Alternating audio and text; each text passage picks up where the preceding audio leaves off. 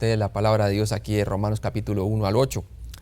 Y vamos a poner en oración a como vamos a ver la continuación de la salutación de Pablo a los romanos en la carta en el capítulo 1. Y vamos a estar cubriendo entonces lo que es a Romanos capítulo 1 y vamos a verlo allí del versículo 8 hasta el versículo 17. Vamos a orar al Señor entonces.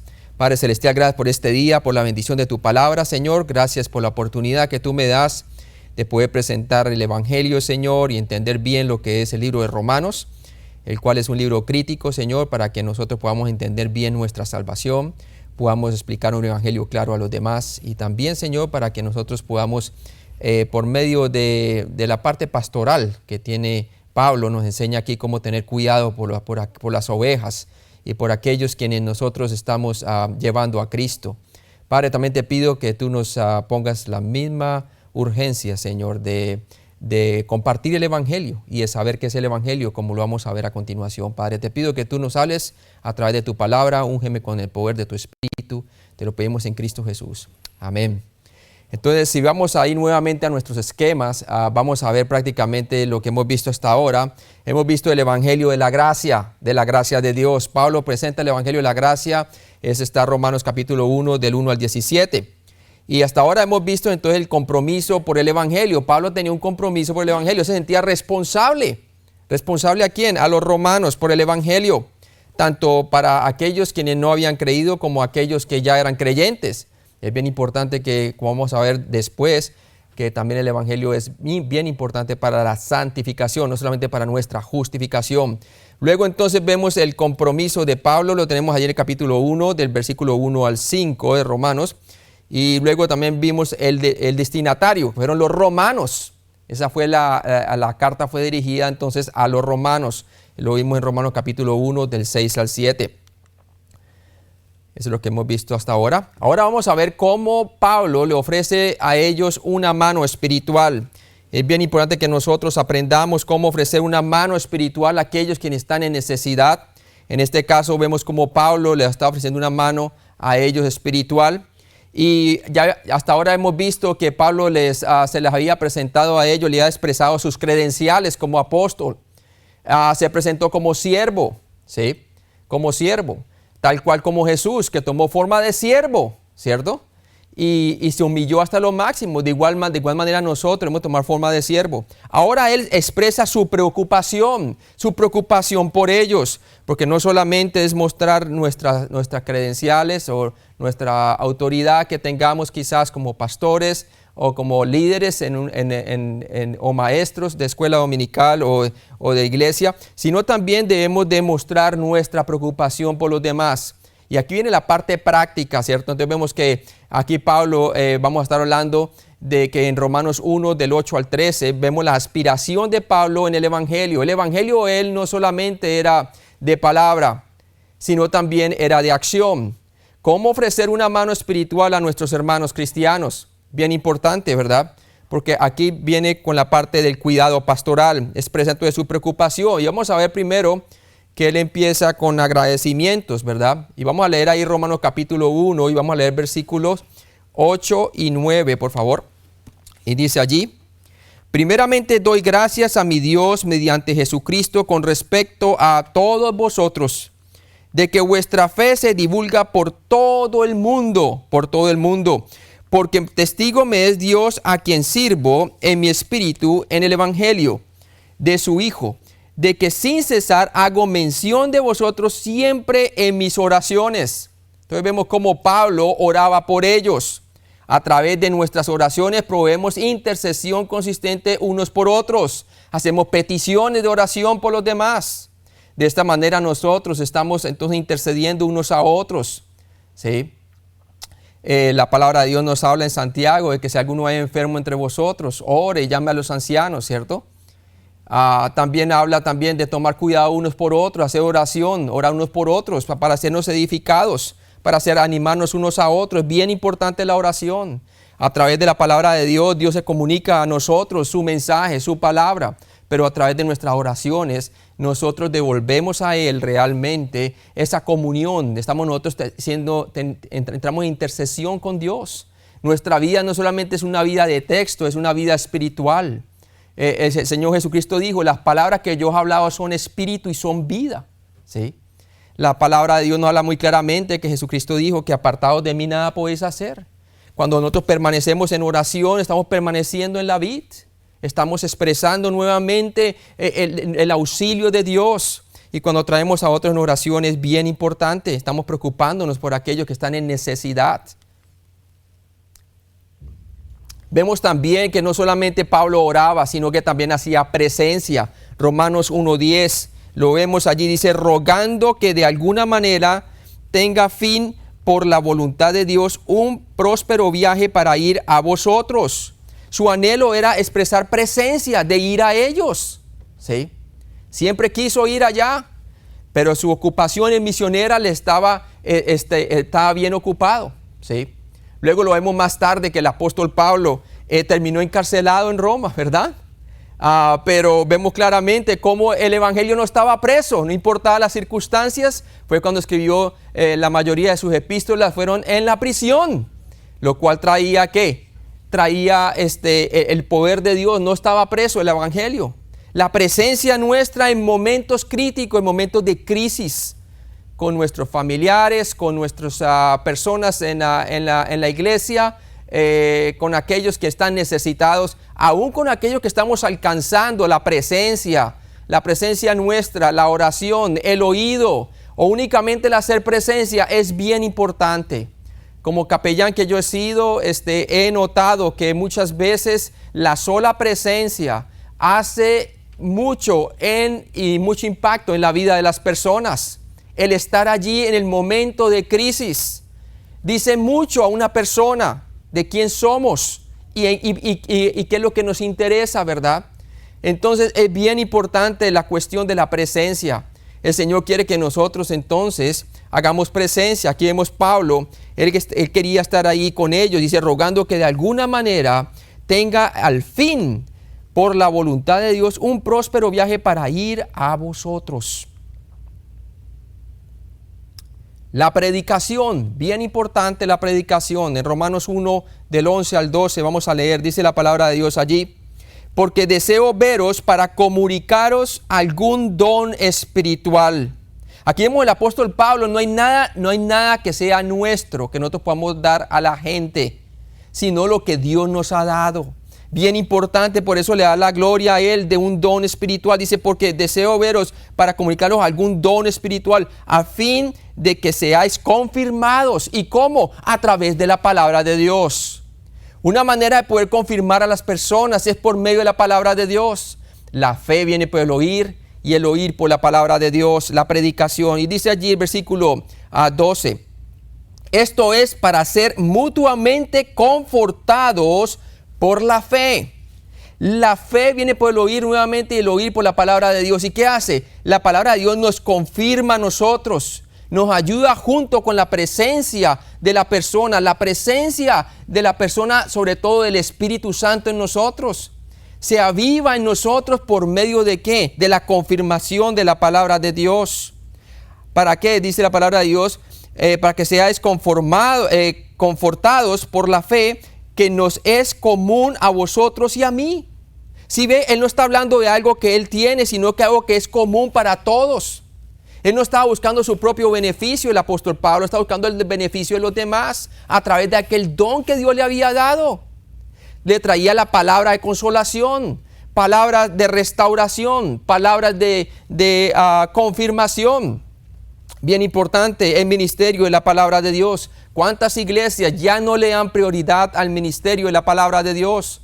Es esencial. Sin la palabra de Dios, hermano, es imposible tener comunión con Dios.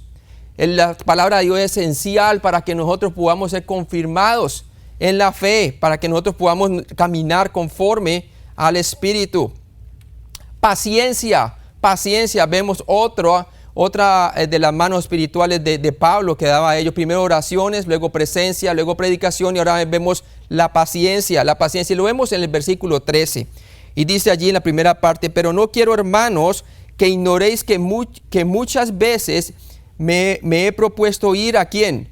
A vosotros. Pablo era paciente, porque todo se movía dentro de la esfera de ¿qué? dentro de la esfera de la voluntad de Dios. ¿Sí? Él estaba, a causa del Evangelio, él estaba entonces por la voluntad de Dios, pero otra cosa también es estar dentro de la esfera de Dios, quiere decir estar en la voluntad de Dios. Esperar en la voluntad de Dios. Dios tiene el momento oportuno y el momento ya especificado para cuando nosotros tengamos aquellos anhelos que tenemos en el Espíritu, ¿verdad? Que el Señor nos los va a conceder de alguna u otra forma. Entonces vemos a la paciencia de Pablo, ¿cierto? Que tenía en llegar algún día a estar con ellos. Poder. En Romanos 1:13b vemos que el poder de Dios nos llena de su gracia. Leamos allí, dice, pero no quiero, hermanos, que ignoréis que muchas veces me he propuesto ir a vosotros, pero hasta ahora he sido estorbado, ¿cierto? ¿Para qué? Dice, para tener también entre vosotros algún fruto, entre vosotros. Mire que él también dice, yo puedo ser edificado de ustedes. ¿Sí? No solamente yo dándoles a ustedes un don espiritual, de mi don espiritual, sino ustedes también edificándome con su don espiritual. Para eso fueron puestos también el don espiritual del Señor, ¿verdad? Al fin y al cabo es para la edificación ¿de qué? Del cuerpo de Cristo. Algunos son maestros, a otros son evangelistas, y así sucesivamente hay dones que tiene el Señor, ¿cierto? ¿Para qué? Para la edificación del cuerpo de Cristo. Entonces vemos claramente que el poder de Dios nos llena de su gracia y fortaleza habilitadora para tener también entre vosotros algún fruto. Leamos Romanos 15:18. Romanos 15:18. Y dice la palabra, porque no os haría hablar sino lo que Cristo ha hecho por medio de mí, para la obediencia de los gentiles, con la palabra y con las obras. Qué bueno que Pablo realmente utilizaba el poder de ¿quién? El poder de Dios. Se manifestaba en su vida a través de ¿qué? Dice allí muy claramente, a través de la palabra y de las obras. ¿Sí? Entonces vemos muy claramente cómo el Señor lo utilizaba a él constantemente, con palabra y con las obras. ¿Qué pasaba con Jesús también cuando la gente comentaba, ¿verdad? La diferencia entre los escribas, los fariseos y los saduceos comparados a Jesús, que Jesús hablaba como quien tiene autoridad, ¿verdad? ¿Por qué? Porque lo que decía, hacía, ¿sí? Su fe se hacía visible, era visible. ¿Cuántas veces nuestra fe no se hace visible, hermano? ¿Verdad? Y por eso muchas veces las personas no nos miran a nosotros con autoridad. Pero no era así con Pablo. Leamos también 2 Corintios 3, capítulo 3, del 5 al 6. 2 Corintios, y vamos allí a la 2 Corintios, capítulo 3. Y vamos a leerlo allí, el versículo 5 al 6. Dice, no que seamos competentes por nosotros mismos para pensar algo como de nosotros, sino que nuestra competencia proviene de Dios. Quiere decir de nuestra dependencia de Dios. Dios no anda buscando en nosotros realmente nuestra resolución, ¿cierto? Él anda buscando en nuestra dependencia. Él lo que quiere es que nosotros dependamos del Señor. Dice, sino que nuestra competencia proviene de Dios. ¿Sí? ¿Y qué dice allí en el versículo 6? El cual asimismo nos hizo ministros competentes de un nuevo pacto, no de la letra, sino del Espíritu, porque la letra mata, mas el Espíritu ¿qué? Vivifica. Como vamos teniendo comunión con el Señor Jesucristo, entonces se hace muy claramente evidente que a nuestra competencia no viene de nosotros mismos, sino de Dios. Es Dios quien autentica nuestro mensaje, es Dios quien realmente como epístola a través de nosotros, no escrita por letras, sino por el Espíritu, se hace revelar a los hombres. Dios no tiene otra carta de presentación, hermanos, que nosotros mismos. Nosotros somos sus epístolas, ¿sí? Somos la primera carta de presentación que las personas tienen, los incrédulos, y también los creyentes, en cuanto a quién es un cristiano maduro, ¿verdad? Entonces, bien importante, vemos que Pablo entonces predicaba así con poder. Ahora, vamos entonces a ver a continuación la aclamación de Pablo. Continuamos por el Evangelio, ¿sí? Y vemos que en Romanos capítulo 1 del 14 al 17, vemos la aclamación de Pablo sobre el Evangelio. Bien importante eso, ¿sí? Y vamos a leer entonces qué es el Evangelio y vamos a utilizar lo que es la primera de Corintios 15 del 1 al 11. Pero leamos primero ahí lo que dice Romanos 1 del 14 al 17. Dice, a griegos y no griegos, dice la palabra de Dios, ¿cierto? A sabios y a no sabios soy ¿qué? Deudor. Así que en cuanto a mí, pronto estoy a anunciaros el Evangelio también a vosotros que estáis ¿dónde? En Roma. Versículo 16. Porque no me avergüenzo del Evangelio porque es poder de Dios para salvación a todo aquel que cree, al judío primeramente y también al griego. Porque en el Evangelio la justicia de Dios se revela por fe y para fe, como está escrito, mas el justo por la fe ¿qué? Vivirá. Entonces, teniendo a usted ahí en mano, hermanos, vamos a ver lo que Romanos 1:14 nos dice.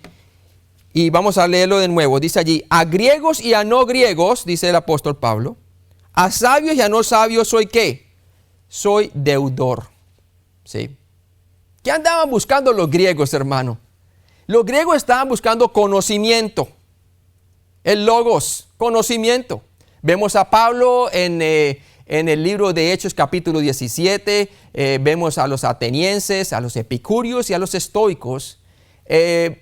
Tratando de adorar al Dios no conocido. Y él dice, veo una inscripción que vosotros son muy religiosos, que en la inscripción dice al Dios no conocido, a ese yo quiero presentar. Y comienza a traerlos a ellos desde dónde, desde la creación hacia la cruz, ¿verdad? ¿Por qué? Porque Pablo entendía muy bien su audiencia. Los griegos no tenían ningún conocimiento realmente del Dios del Antiguo Testamento. Por lo tanto, empezaba desde la creación misma. ¿Sí? Entonces vemos muy bien que se sentían endeudados a ellos. ¿A quién? A los griegos, porque en los griegos vemos claramente que los griegos entonces andaban buscando ¿qué? Conocimiento. Pero ¿qué andaban buscando entonces los romanos? Poder. Y por eso se manifiesta que el Evangelio, versículo 17, porque en el Evangelio la justicia de Dios se revela por fe y para fe. ¿Sí? Y miren lo que dice el versículo 16, porque no me avergüenzo del Evangelio porque es que poder de Dios. Los romanos estaban buscando poder, ¿cierto?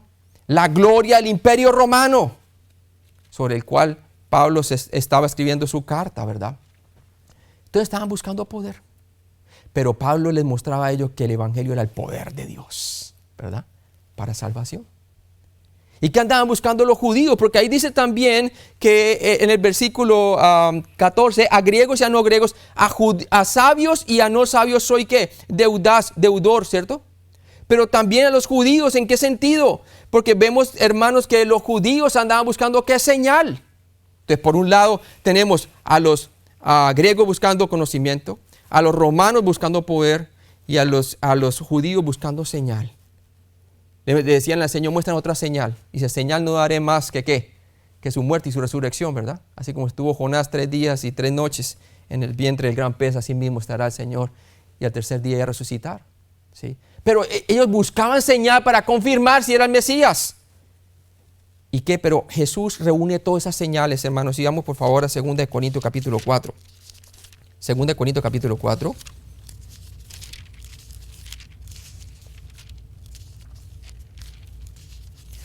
Vamos allí, 2 Corintios capítulo 4.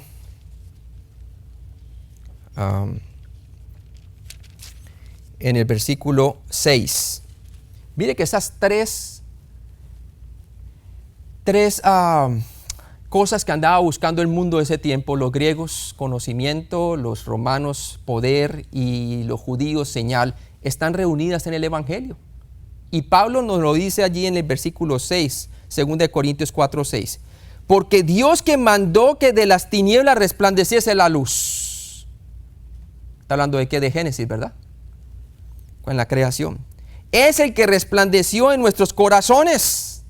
¿Y cómo? A través de un milagro, ¿verdad? Para iluminación del conocimiento, ahí está lo que andaban buscando los griegos.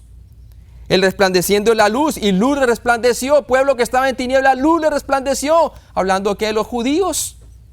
Pero aquí vemos entonces que también el Señor nos está hablando del conocimiento.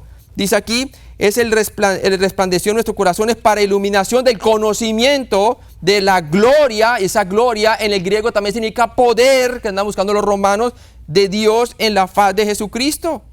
Es lo que está diciendo en el Evangelio. Encontramos la revelación buscada para tanto los griegos y no griegos, tanto para los romanos como para los judíos. ¿Sí? El Evangelio trasciende culturas, el Evangelio trasciende etnias, trasciende distancias. Dice allí, pero tenemos este tesoro en vasos de barro para que la excelencia del poder sea de Dios y no de ¿quién? De nosotros, de nosotros. Entonces muy claramente vemos por qué Pablo se sentía entonces en el versículo de Romanos capítulo 1, versículo 14, decía que a griegos, a no griegos, a sabios y a no sabios soy deudor. Aquí vemos Pablo que sentía la carga de poder, de llevar el Evangelio, semejante el llamamiento que tuvo. Y él entonces se convirtió al que comenzó a llevar el Evangelio a los gentiles. Desde las afueras de Jerusalén, de Samaria, hacia más allá hasta el resto del mundo.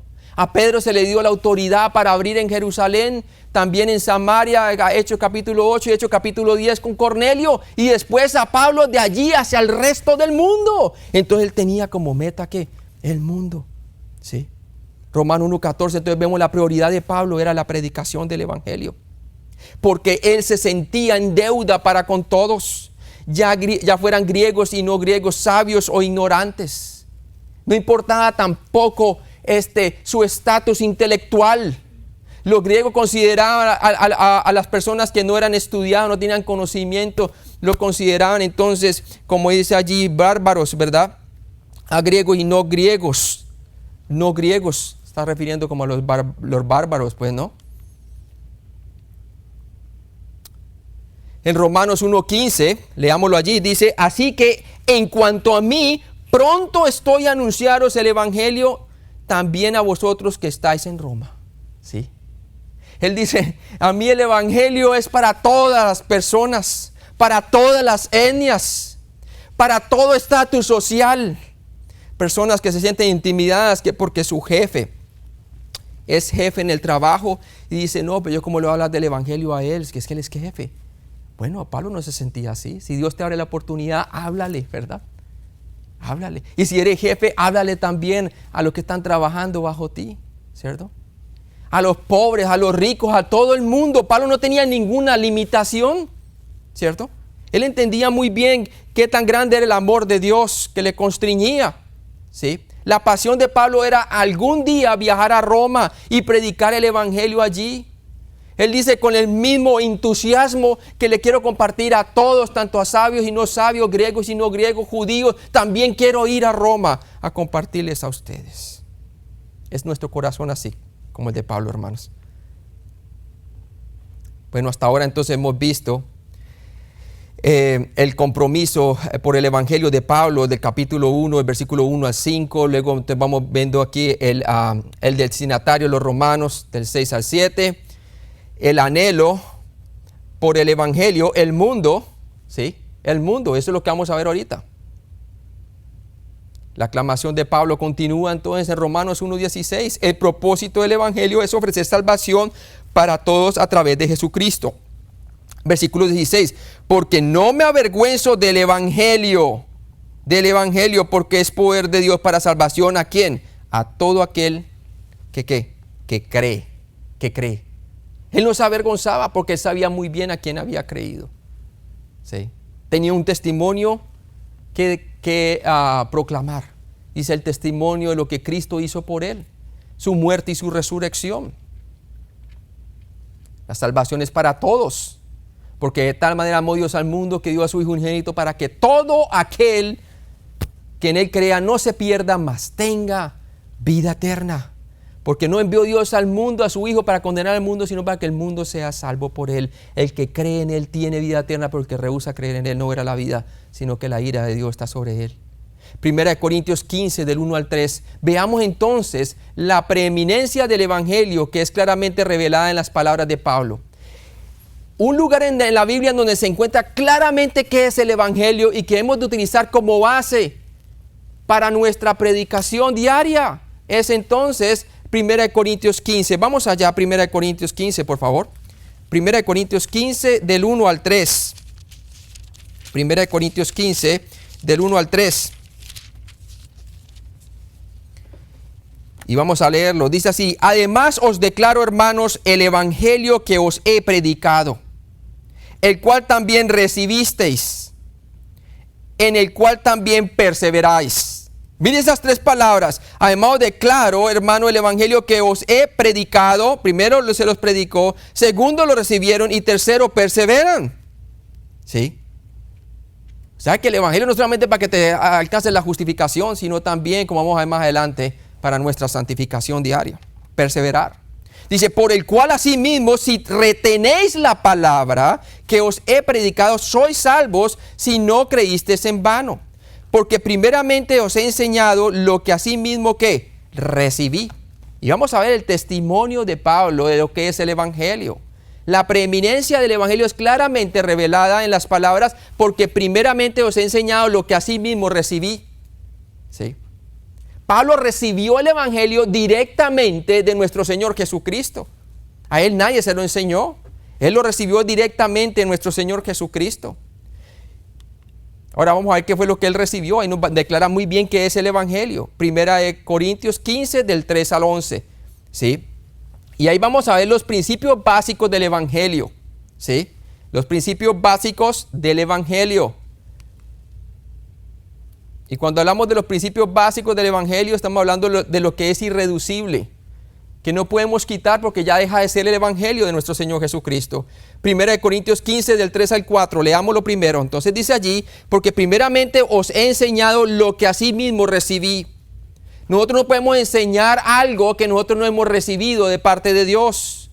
Dice, que Cristo murió por nuestros pecados conforme a ¿quién? A las Escrituras. Y que fue sepultado y que resucitó al tercer día conforme a las Escrituras. Entonces vemos claramente que el evangelio es una obra precisa. Fue hecha y fue cumplida para nuestra justificación. Que Cristo murió por nuestros pecados y que resucitó al tercer día. Ese es el evangelio. Que Cristo murió por nuestros pecados y resucitó al tercer día. 1 Corintios 15, del 4 al 6. Vamos a ver qué dice allí. Y que fue sepultado y que resucitó al tercer día. ¿Conforme a quién?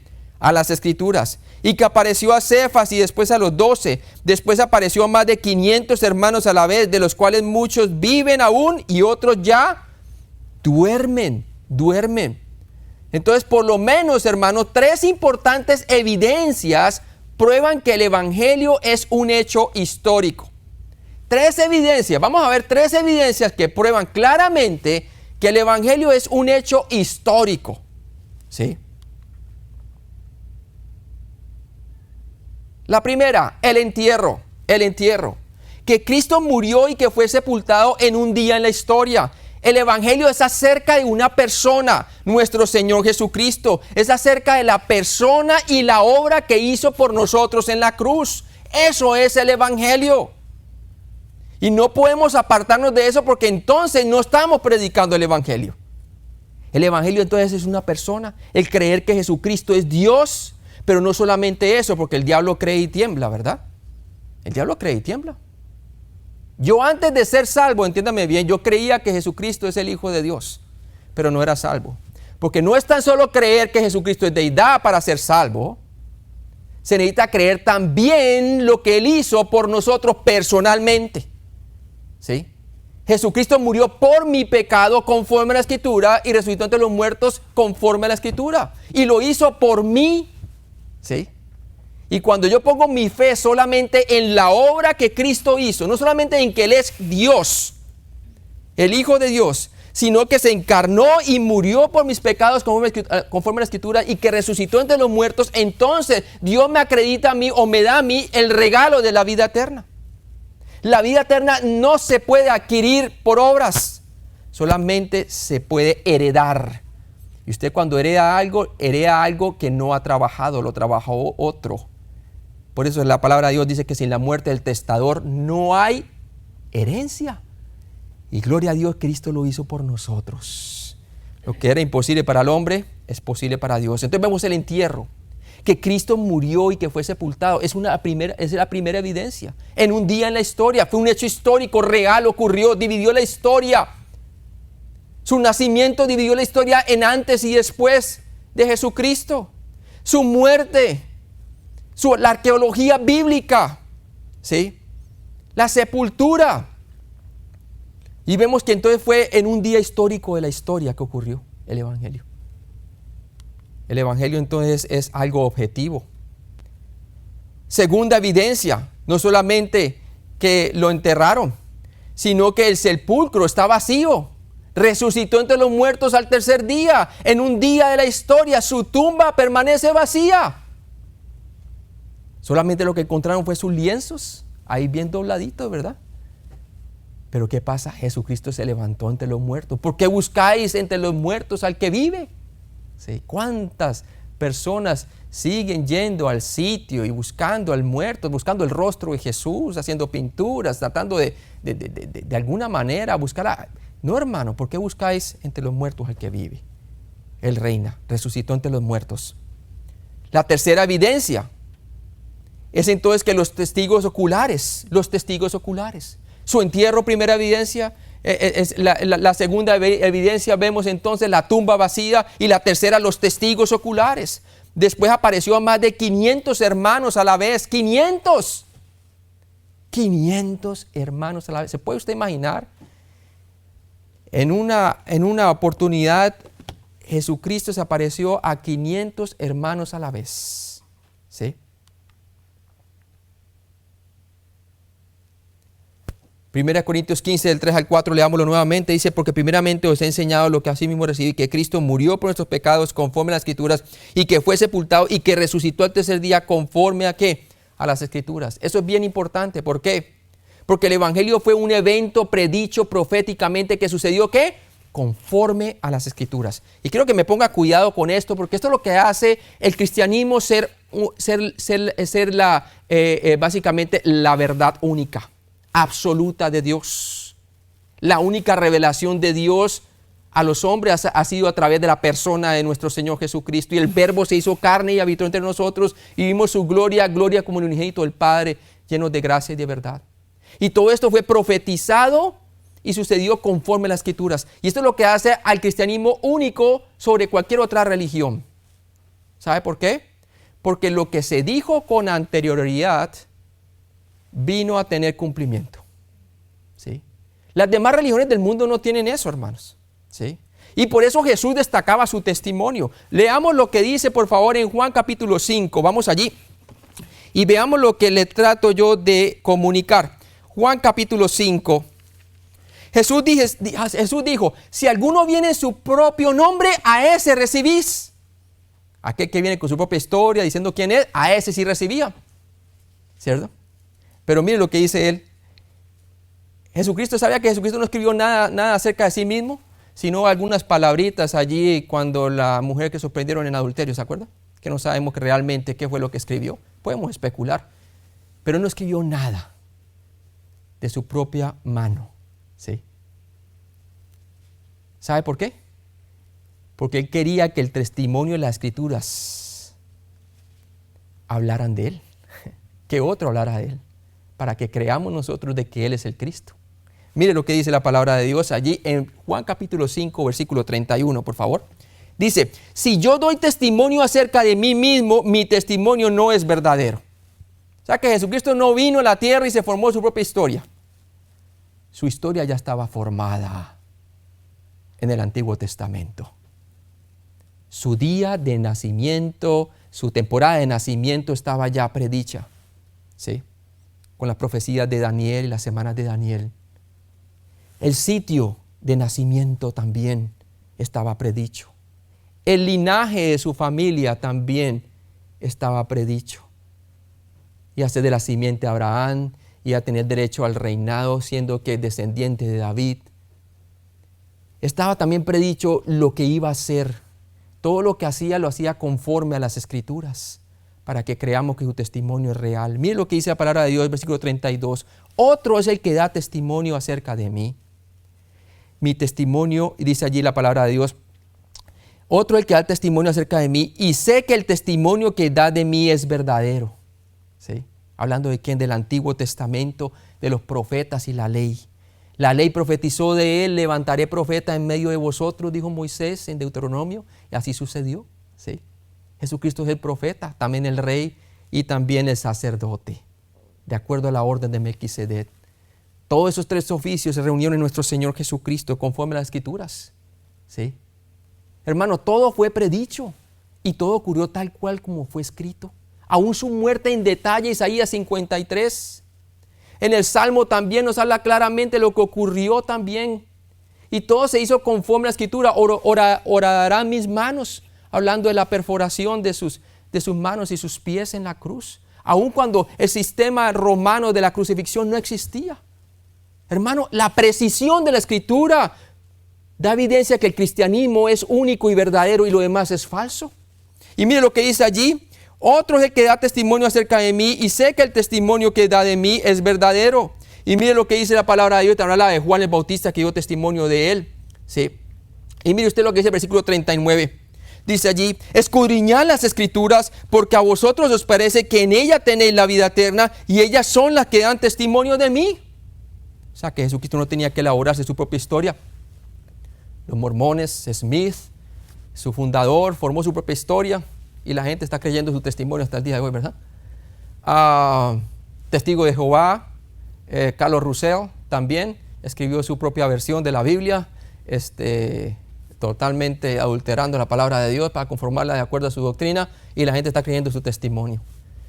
Mahoma se levantó y formó su propia doctrina y la gente está creyendo su testimonio, ¿verdad? Pero hermano, Jesucristo no tuvo que escribir nada porque de él ya se había escrito con anterioridad para que usted crea que Jesucristo es el Hijo de Dios. Amén. Por eso es conforme a la Escritura, su muerte, su resurrección. Los días, como Jonás estuvo 3 días y 3 noches, así el Hijo del Hombre sería levantado ante los muertos. El Evangelio fue un evento predicho proféticamente que sucedió conforme a las Escrituras. El Evangelio fue verificado públicamente. Públicamente, o sea que no solamente tenemos el testimonio de las Escrituras, que es suficiente, no más con eso es suficiente, hermano, sino que también tenemos el testimonio verificable públicamente. ¿Sí? Y vamos a ver el capítulo 15 del 5 al 8. Y dice la palabra de Dios allí en Romanos, nuevamente, en 1 Corintios 15, del 5 al 8. Dice allí, y que apareció ¿a quién? A Cefas, ¿sí? Después a los 12, después apareció a más de 500 hermanos a la vez, de los cuales muchos viven y otros ¿qué? Duermen. ¿Sí? Luego dice, después apareció a Jacobo, después a los 12 apóstoles y al último de todos como un abortivo me apareció a mí, porque yo soy el más pequeño de los apóstoles, que no soy digno de ser llamado apóstol porque perseguía a la iglesia de Dios. Pero por gracia de Dios soy lo que soy y su gracia no ha sido en vano para conmigo. Antes he trabajado más que todos ellos, pero no yo, sino la gracia de Dios. ¿Con quién? Conmigo. Porque o sea yo o sean ellos, así predicamos y así habéis creído. Entonces veamos muy claramente, desglosando el versículo 9 al 11 de 1 Corintios 15. 1 Corintios 15, 11 nos dice entonces que el Evangelio fue un mensaje personalmente creído. Personalmente creído por Cefas, personalmente creído por los discípulos y también personalmente creído por los 500 testigos. El Evangelio fue un mensaje creído. Romanos 1.16. Romanos 1.16b, por favor. Hasta aún por sus propios hermanos, quienes no creían, hermano, después de la resurrección creyeron, como Santiago y Judas, sus medios hermanos. ¿Sí? Vamos entonces ahí a ver a primera de Romanos capítulo 1.16. Y vamos a ver la potencia del Evangelio. La potencia del Evangelio. Ya que fue un hecho verídico, histórico, real, que dividió la historia y que fue un suceso que cambió la vida de las personas, los testigos oculares. Ahora veamos el poder que ha tenido, hermano, a través de la historia, empezando aquí cuando el apóstol Pablo, como también a través del libro de los Hechos, nos demuestra su ministerio, y en Romanos, aquí en el caso nuestro que estamos estudiando, vamos a ver cómo él se relaciona con el Evangelio. Y dice en el versículo 16, porque no me avergüenzo del Evangelio. ¿Por qué? Porque es poder de Dios para salvación a todo aquel que cree. La potencia del Evangelio es real, hermanos, porque es un suceso que cambia el corazón de las personas. Fue un suceso histórico, objetivo, una realidad que sucedió. Dios entre nosotros, Emmanuel, se reveló a la humanidad, comprobó con sus credenciales mesiánicas y a través de sus milagros y prodigios que Él era el cual habían profetizado los profetas y también la ley. Por lo tanto, es poder de Dios, porque Él mismo se levantó entre los muertos, hermano. Hay vida eterna, hay perdón de pecados, hay entonces reconciliación. La potencia del Evangelio es real, hermano, porque es el mismo poder de Dios. Dinamita, donde sacamos el griego la palabra dinamos, de dinamita, ¿sí? ¿Qué vemos en la cruz, hermano? ¿Qué ve usted en la cruz? Veamos por qué tiene el poder, por qué el Evangelio tiene poder de Dios. Yo veo en la cruz, hermano, no religión. Yo veo en la cruz 4 cosas, hermano, que todo hombre y toda mujer de este mundo desearían ver en su vida, ¿sí? En la cruz, en el Evangelio de Cristo, en Cristo crucificado conforme a las Escrituras por nuestros pecados y resucitado entre los muertos, yo veo 4 cosas reveladas en la cruz. La primera, veo la maldad de la humanidad, lo horrendo del pecado humano, hermanos. Dios, entonces Jesucristo cargó sobre Él, Dios el Padre cargó sobre Él el pecado de todos nosotros, dice la palabra de Dios, ¿sí? Veo la maldad de la humanidad. Fue nuestra maldad quien colocó esos clavos a Jesús en la cruz. Y lo bueno de todo, que Él entregó su vida hasta la muerte. Él estuvo dispuesto a llevar el pecado nuestro. Nadie lo obligó a Él, ¿verdad? Él lo hizo por amor a nosotros. Por eso es la segunda característica que yo veo. Yo primero veo en la cruz la maldad de la humanidad. Segundo, el amor de Dios expresado en su máxima expresión, ¿sí? Es el amor de Cristo expresado allí. Los sufrimientos de Dios en la persona de Cristo. Padre, Padre, perdónalo porque no saben lo que hacen. Tremendo, ¿no? Y orando por los transgresores, de acuerdo a Isaías 53. El amor de Dios. Nadie tiene amor más grande que este, dice el Señor. Porque aún siendo pecadores, Cristo murió por nosotros. Porque de tal manera amó Dios al mundo que dio a su Hijo unigénito, para que todo aquel que en Él crea no se pierda, mas tenga vida eterna. ¿Quién tiene amor más grande que este? Ninguno, ¿verdad? La maldad de la humanidad expresada, número 1. Segundo, el amor de Dios expresado en la cruz. Pero también veo la justicia de Dios manifestada, mostrando que Dios tiene 0 tolerancia por el pecado del hombre. El alma que pecare, esa morirá. Todo lo que la ley requería tenía que recibir su debida paga, porque Dios es santo. Por lo tanto, Jesucristo mostró justicia en esa cruz. Vemos entonces la maldad de la humanidad, número 1, el amor de Dios expresado, número 2, la justicia de Dios manifestada, la paga del pecado del hombre, que es muerte, pero también el perdón de Dios, hermanos, que ofrece a través de su muerte y resurrección. El perdón de Dios, la paz de Dios que sobrepasa todo entendimiento humano, esa paz que toda la humanidad necesita experimentar, está expresada en el Evangelio. Por eso Pablo veía en el Evangelio el poder de Dios. El poder de Dios. Él prácticamente estaba diciendo: el poder de Dios no está en el emperador de Roma. El poder de Dios está en el Evangelio, en nuestro Señor Jesucristo. ¿Sí? El poder de Dios no está en ningún gobierno humano. Está en nuestro Señor Jesucristo, en lo que Él hizo en la cruz, en el Evangelio, en nuestro Señor Jesucristo. Esa es la solución para la humanidad. La propuesta del Evangelio, Romanos 1:16, y vemos en la segunda parte, dice allí: porque es poder de Dios para salvación a todo aquel que en Él cree. Dice allí, al judío primeramente y también ¿qué? Al griego. La propuesta del Evangelio fue hecha a todos, sin importar nuevamente su etnia, su posición social, su estatus económico, a todos, o su estado intelectual. A todos, dice la palabra de Dios. Debemos llevar la semilla del Evangelio a todos. Cuán hermosos son los pies de aquel que anuncia las buenas nuevas del Evangelio, ¿verdad?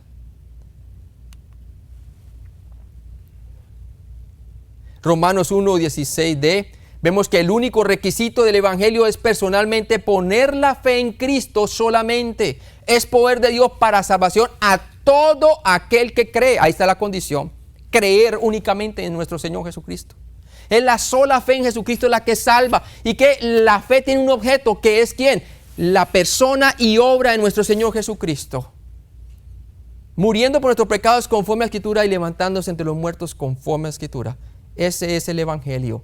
Y nosotros tenemos que poner nuestra fe, nuestra confianza, nuestra dependencia en lo que Él hizo es suficiente para nosotros ser salvos. ¿Sabe por qué? ¿Sabe por qué es poder de Dios? Porque hasta la muerte venció.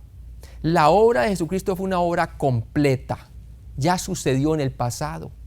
De tal manera Dios amó, tiempo pasado, al mundo, que dio, tiempo pasado, a su Hijo unigénito, para que todo aquel que en Él cree, tiempo presente. ¿Qué es lo que tenemos que hacer? Creer, apropiarnos por medio de la fe y confianza, que lo que Cristo hizo fue suficiente para que usted y yo podamos ser salvos. Salvos del pecado, de la condenación del pecado, salvos de la muerte eterna, del infierno, porque Jesucristo ya derrotó a la muerte y se levantó entre los muertos y ascendió al cielo. ¿Sí? La obra de Cristo ha sido una obra completa. ¿La has creído? ¿La has creído? Sí, ¿la has creído? Es el único pecado que es imperdonable, es el no creer que lo que Cristo hizo es suficiente para que usted y yo podamos ser salvos. El Espíritu Santo convence de pecado singular porque no creen en mí. Una vez me dijo un individuo, pastor, no estoy listo. ¿Y es por qué? Me dice él, porque yo estoy viviendo así, estoy viviendo así. Estoy haciendo esto y esto está mal delante de Dios. Y yo le dije, mira, por ese también ya murió Cristo. La obra ya fue completa. Lo que te separa a Dios ahorita mismo de Dios, a ti, lo que te separa, no es los pecados plural que hayas cometido, sino el no creer que Él ya pagó por ellos. Es uno solo el que te condena, le dije a él. ¿Lo crees? Oye, y cuando le dije así, es como que el Espíritu Santo le trajo convicción de pecado, justicia y juicio, con la palabra de Dios. Inmediatamente dije, lo creo, pastor. Dije, bueno, entonces eres salvo. ¿Sí? Y la vida de Él cambió totalmente, porque es Dios quien cambia la vida. Él no está esperando que tú cambies, Él está esperando que Él te cambie a ti. ¿Y cómo? Por medio de la fe en Cristo. Él es el que hace la obra, no nosotros mismos. No es por obra para que nadie se gloríe. Entonces, el producto final, hermano, de Romanos capítulo 1, versículo 17. El producto final del Evangelio es que la justicia de Dios se satisface. Se satisface. Se satisface porque el pecado ha sido pagado. El pecado ya ha sido perdonado. Y ahora la vida eterna, debido a la obra completa de Cristo, se puede ofrecer como un obsequio, un regalo. Ahora falta es que tú lo creas. Has creído en lo que Cristo hizo por ti en la cruz. La palabra de Dios dice que tú lo crees poniendo toda tu confianza en que es cierto. Tú eres salvo, dice la palabra de Dios. Vamos a orar. Padre Celestial, gracias por este día, Señor. Gracias por la oportunidad de poder compartir lo que Pablo nos enseña en su palabra, Señor, a través de la revelación del Espíritu Santo en el libro de Romanos, Señor. Gracias también por la revelación en 1 Corintios capítulo 15 acerca de lo que es el Evangelio, Padre. Y yo oro, Señor, si hay alguna persona que todavía no ha puesto su confianza en la obra completa de la cruz, que hoy pueda venir por la fe únicamente y creer en lo que Cristo hizo, lo hizo por él o por ella personalmente. Y la palabra de Dios dice allí claramente, como dice Pablo, que el Evangelio es poder de Dios para todo aquel que cree, al judío primeramente y también al griego. Bendice a aquella persona, Señor.